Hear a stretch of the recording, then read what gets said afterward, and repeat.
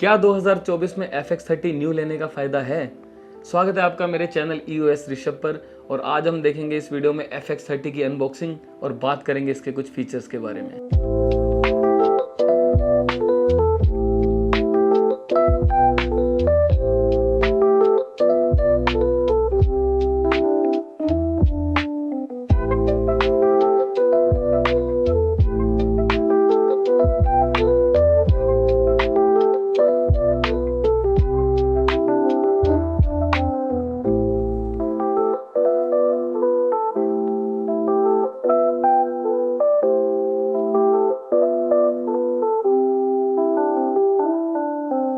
तो ये ले आए हैं हम FX30 न्यू परचेज करके। इसके साथ हमने लिया है Tamron का 17-70 2.8 लेंस और इस कैमरा के साथ हमें एक सेपरेट बैटरी चार्जर भी फ्री मिला है। तो सबसे पहले बात कर लेते हैं हम प्राइस पॉइंट की।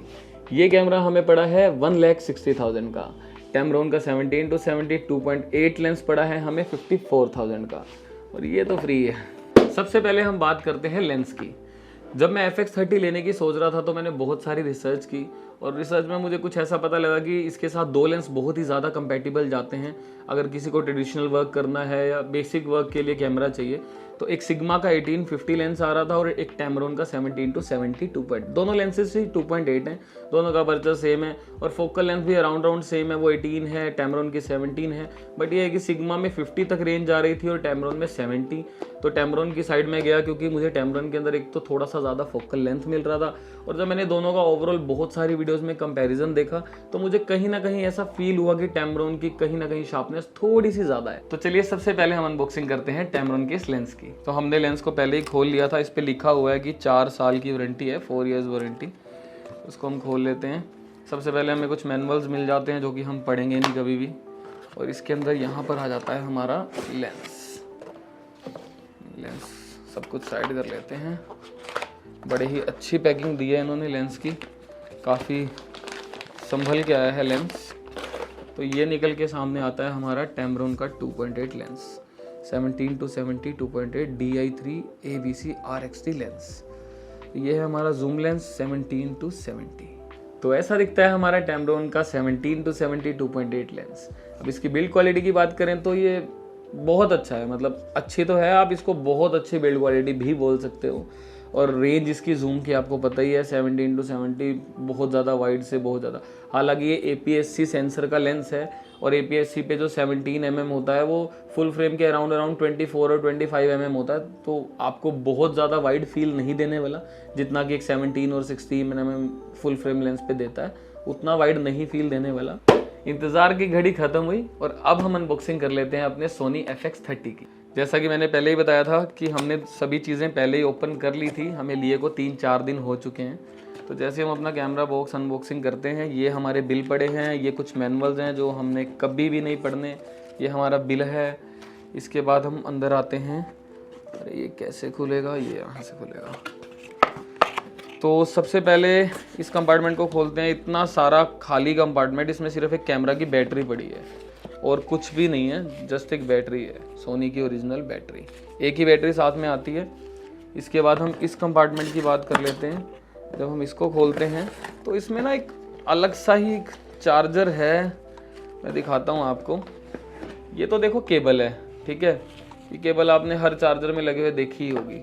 एक ये चार्जर है छोटा सा, मुझे खुद को मतलब थोड़ा सा लगा मुझे बताना, ये केबल यहाँ लग जाएगी और यहाँ ना USB का ऑप्शन दे रखा है।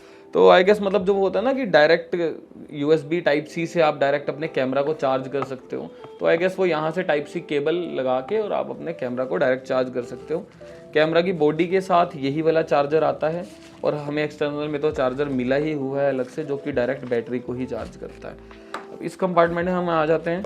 इधर हमें मिलती है हमारी प्यारी सी कैमरा की बॉडी। आप एक बार देखो कितनी सुंदर है ये कैमरा की body, just look at it. बिल्कुल एकदम FX3 के जैसी बॉडी है, कोई भी चेंज नहीं है, हूबहू एकदम सेम बॉडी है। वही बहुत सारे जितने भी 1 2 3 and 4 and 5 and 6 यहाँ पर इतने सारे कस्टम बटन्स हैं। रिकॉर्डिंग बटन ऊपर दिया हुआ है, जॉयस्टिक दी हुई है ऊपर। ये जूम इन आउट का भी एक क्लियर जूम का ऑप्शन दिया है इस बार सोनी के जो पावर जूम लेंसेज होते हैं उसके लिए। और यहाँ पर एक एक्स्ट्रा ये 6 नंबर का बटन दिया हुआ है ये आगे से भी रिकॉर्डिंग, इस बटन से भी रिकॉर्डिंग है, यहाँ से भी रिकॉर्डिंग है, और आप ये शटर बटन से भी रिकॉर्ड कर सकते हो। इतने सारे रिकॉर्डिंग के ऑप्शंस दे रखे हैं। और अगर बात करें आप रिकॉर्डिंग की ही, तो जब आप रिकॉर्डिंग दबाते हो, एक ये लाइट ऑन होती है, ये लैंप है, एक हमारा यहाँ पे ये पीछे लैंप है, 2 लैंप, और एक जब आप इसकी स्क्रीन में रिकॉर्डिंग करते हो तो यहाँ पर एक रेड कलर का बॉक्स बनता है। तो 3 जगह आपको इंडिकेशन भी मिलती है रिकॉर्डिंग करने की। तो सबसे पहले हम अपने कैमरा में डालते हैं बैटरी, और इसको एक बार ऑन करते हैं, और हम लेंस भी लगा लेते हैं। ये हमने बैटरी डाल ली है, अभी हम लगाते हैं इस पे लेंस। ये लग गया है हमारा लेंस। पर हुड को भी आगे लगा लेते हैं, लेंस कैप निकाल लेते हैं। तो ऐसी दिखती है FX30 की बॉडी लेंस लगाने के बाद।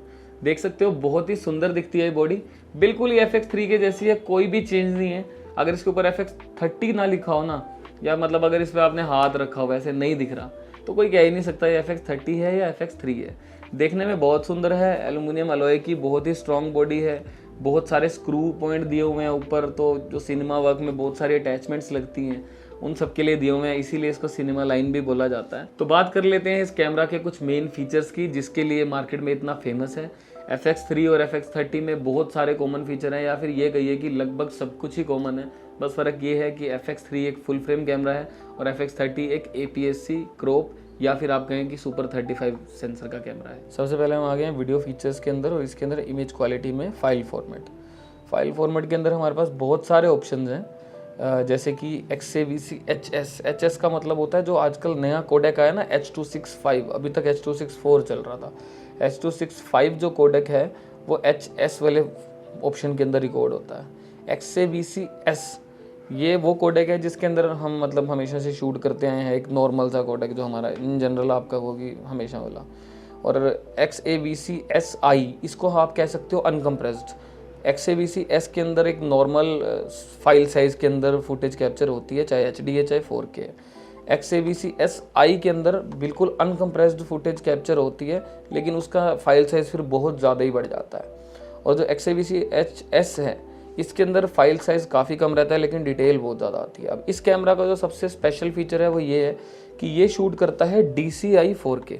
अब DCI 4K क्या होता है, नॉर्मल 4K जो होता है उसका जो रेशो होता है वो 38 समथिंग एंड 2160 होता है, 3840/2160। लेकिन जो DCI 4K होता है वो ट्रू 4K होता है। लॉग सेटिंग्स के अंदर आपको इसके अंदर जो मेन जो फीचर हैं एक सिनेमा कैमरा वाले जो इसके FX3 के साथ रिलेट करते हैं, जैसे कि इसके अंदर सीने EI का ऑप्शन मिला है आपको, और सीने EI का भी ऑप्शन मिला हुआ है आपको।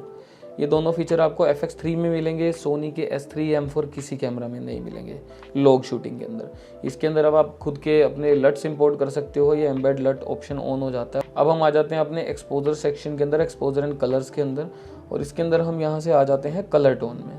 कलर टोन के अंदर ये पिक्चर प्रोफाइल ये सब कुछ ठीक है, चलो सारे S3 एंड FX3 सब में ही होता है। मेन इसके अंदर आपको नई चीज़ क्या मिली है कि आपको मैनेज यूज़र लट मिल गया।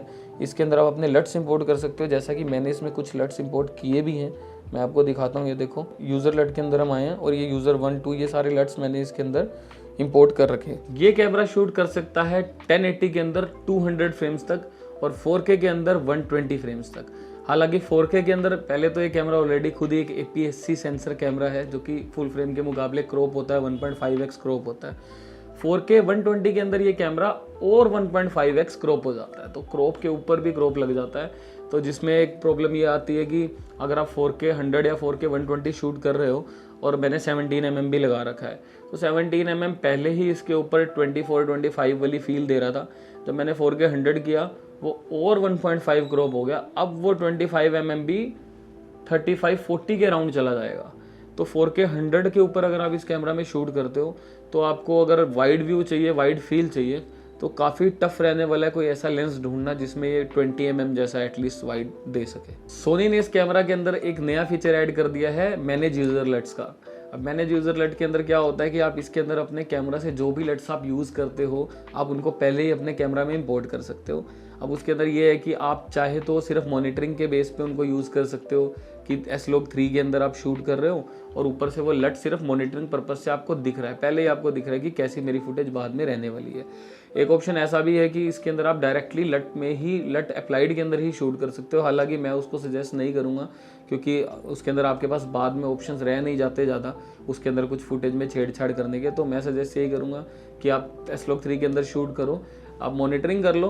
जनरली मैं पर्सनली क्या करता हूँ कि मैं S-Log3 में शूट करता हूँ और एक जो सोनी की वेबसाइट से खुद ही एक S-Log3 का एक वो कन्वर्जन लट मिलता है S-Log3 to Rec 709, तो मैंने वो इसके अंदर इंपोर्ट कर रखा है। मैं S-Log3 में शूट करता हूँ, मॉनिटरिंग के अंदर वो लट अप्लाई कर देता हूँ, तो मुझे शूट करते टाइम एक बिल्कुल मैं नेल कर लेता हूँ अपना एक्सपोजर वगैरह पहले ही शूटिंग के टाइम पे, क्योंकि बिना मॉनिटरिंग लट के S-Log3 के अंदर आपको थोड़ा सा टफ रहता है एक जज करना कि एक्सपोजर मेरा परफेक्ट है या नहीं है। हम लोग मीटरिंग और एक अंदाजे से ही चलते रहते हैं। तो ये जो यूज़र लट्स अप्लाई करने वाला जो ऑप्शन हमें मिल गया है इसके अंदर इंपोर्ट करने वाला, इससे अब S-Log3 के अंदर शूट करना काफ़ी ज़्यादा आसान होने वाला है। इस कैमरा में आपको मिल जाते हैं 6 कस्टम बटन्स, सोच के देखो 6 कस्टम बटन्स, जो कि आपको सिर्फ FX3 में मिलते हैं, उसके बाद आपको FX30 में मिलते हैं। M4 और S3 और बड़े सारे कैमराज हैं जिनके अंदर हैं कस्टम बटन, लेकिन अराउंड 3 के अराउंड होते हैं, शायद किसी में 4 भी हों, बट इसके अंदर मिलते हैं आपको 6 कस्टम बटन। सोचो आप कितने सारे फीचर्स अपने कस्टम बटन पे कर सकते हो। अब जैसे कि यहाँ पर आइरिस का बटन दिया हुआ है, वाइट बैलेंस का दिया हुआ है, ISO का दिया हुआ है, यहाँ पर सामने एक एक्स्ट्रा बटन दिया हुआ है। अब इस एक्स्ट्रा बटन से मैं पता क्या करता हूँ, जब मैं रील फॉर्मेट में ऐसे वीडियो शूट करता हूँ ना, तो मुझे यहाँ पे ऐसे मेरे गिम्बल की आर्म होती है, तो मुझे यहाँ पे रिकॉर्डिंग दबाना बड़ा मुश्किल लगता है। अब यहाँ पे इन्होंने एक एक्स्ट्रा बटन दे दिया और ये एरिया मेरा सारा खाली रहता है, तो जब मैं रील फॉर्मेट में शूट करता हूँ गिम्बल पे, तो मैं सीधा यहीं से इस बटन को प्रेस करता हूँ, रिकॉर्डिंग ऑन, और बटन प्रेस करा और रिकॉर्डिंग ऑफ। इस कैमरा में आपको जो APS-C सेंसर के जितने भी कैमराज हैं, जैसे सोनी का A6700 है, 6400 है, बड़े सारे कैमराज हैं, उन सब के मुकाबले आपको इसके अंदर जो एक्स्ट्रा फीचर मिल जाते हैं वो क्या मिल जाते हैं कि एक तो इसके अंदर आपको फुल साइज़ की HDMI मिल जाती है, दूसरा आपको इसके अंदर एक इनबिल्ट फ़ैन मिल जाता है, जिससे कि जैसे 6700 है वो भी अराउंड सिमिलर से फीचर शेयर करता है हमारे साथ, 4K 100 वगैरह वो भी सब बनाता है। बट उसके अंदर प्रॉब्लम क्या है कि वो 10 मिनट से ज़्यादा की 4K 100 बनाएगा नहीं, क्योंकि वो हीट कर जाएगा। अब इसके अंदर इनबिल्ट फ़ैन है बिल्कुल FX3 की तरह, तो इसके साथ आप 4K 100 बनाओ, 60 बनाओ, कितनी भी देर के बनाओ, ये कैमरा ओवरहीट नहीं करने वाला।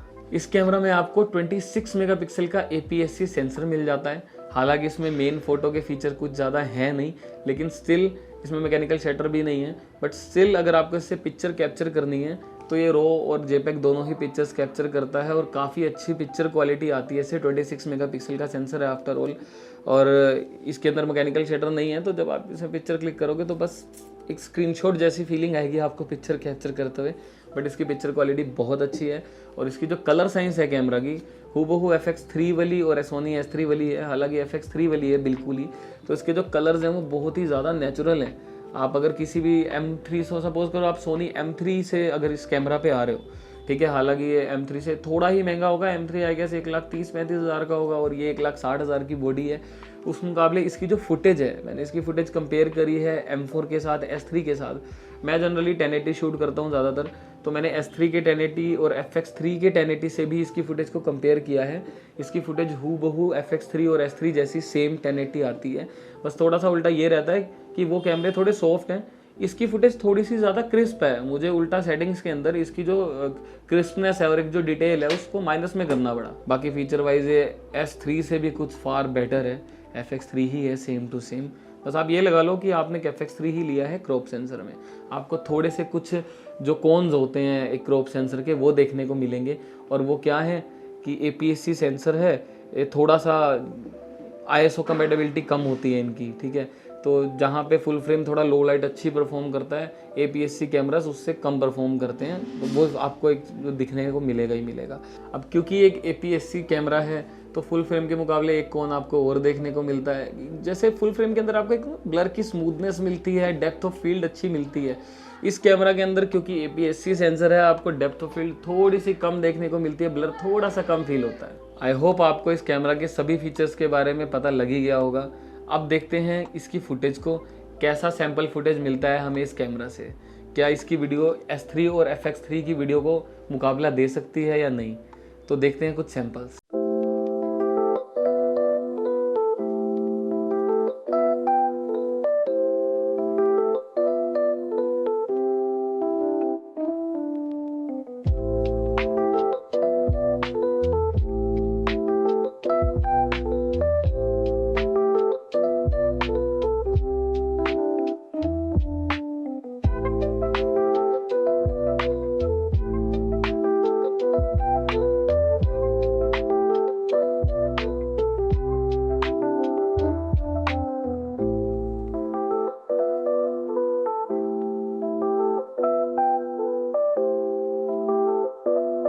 ये थे कुछ सैम्पल वीडियोज़ इस कैमरा के।